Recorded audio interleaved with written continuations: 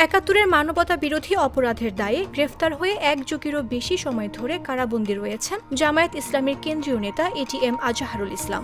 দীর্ঘ আইনি প্রক্রিয়া শেষে তার মুক্তির দাবিতে করা আবেদনের শুনানি শেষ হয়েছে দেশের সর্বোচ্চ আদালত সুপ্রিম কোর্টে। এখন অপেক্ষা শুধুই রায়ের। আপিল বিভাগের পূর্ণাঙ্গ বেঞ্চ আগামী ২৭ মে এই মামলার রায়ের দিন নির্ধারণ করা হয়েছে। বৃহস্পতিবার জনাকীর্ণ আদালতে দ্বিতীয় দিনের শুনানি শেষ করেন দুপক্ষের আইনজীবীরা। তুলে ধরা হয় বিচারের নানা অসঙ্গতি। তাদের প্রত্যাশা, আজহার খালাস পেলে আংশিক কলঙ্কমুক্ত হবে বিচার বিভাগ। জনাব এটিএম আজহারুল ইসলাম সহ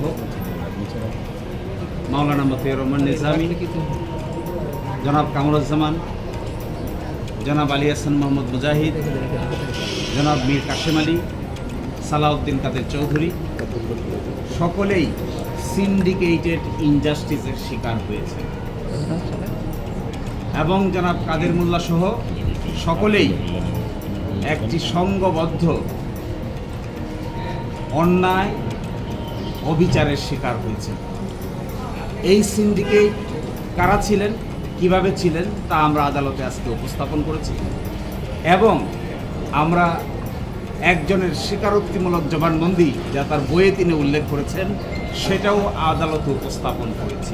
আমরা মনে করি এই রায়ের মাধ্যমে যদি আমাদের আপিলের ডিভিশন জনাব এটিএম আজহারুল ইসলাম সাহেবকে বেকসুর খালাস প্রদান করেন তাহলে জুডিশিয়াল কিলিংয়ের যে নমুনা এই দেশে প্রতিষ্ঠিত হয়েছিল এই কলঙ্ক থেকে আমাদের বিচার বিভাগ আংশিক হলেও মুক্ত হবেন। শিশির মনির বলেন, নিজামী, মুজাহিদ, সালাউদ্দিন কাদের চৌধুরী সহ যাদের ফাঁসি কার্যকর হয়েছে তারা সবাই সংঘবদ্ধ অবিচারের শিকার, যার প্রমাণ সাবেক প্রধান বিচারপতি এস.কে. সিনহার জবানবন্দি। এটিএম আজহার খালাস পেলে নতুন নজির সৃষ্টি হবে বলে মন্তব্য করেন তিনি। যে নজিরবিহীন নির্যাতন এবং নিপীড়নের মধ্য দিয়ে বাংলাদেশ জামায়াত ইসলামী পার করেছে, এই রায়ের মধ্য দিয়ে সকলের মধ্যেই নতুন করে প্রাণ সঞ্চার হবে এবং এইভাবে বিচার বিভাগীয় কলঙ্কের মাধ্যমে কোনো একটা রাজনৈতিক দলকে অন্যায়, অত্যাচার এবং নিপীড়নের শিকার করা যায়। বাংলাদেশ জামায়াত ইসলামী এই দেশে তার একটা ক্লাসিক এক্সাম্পল।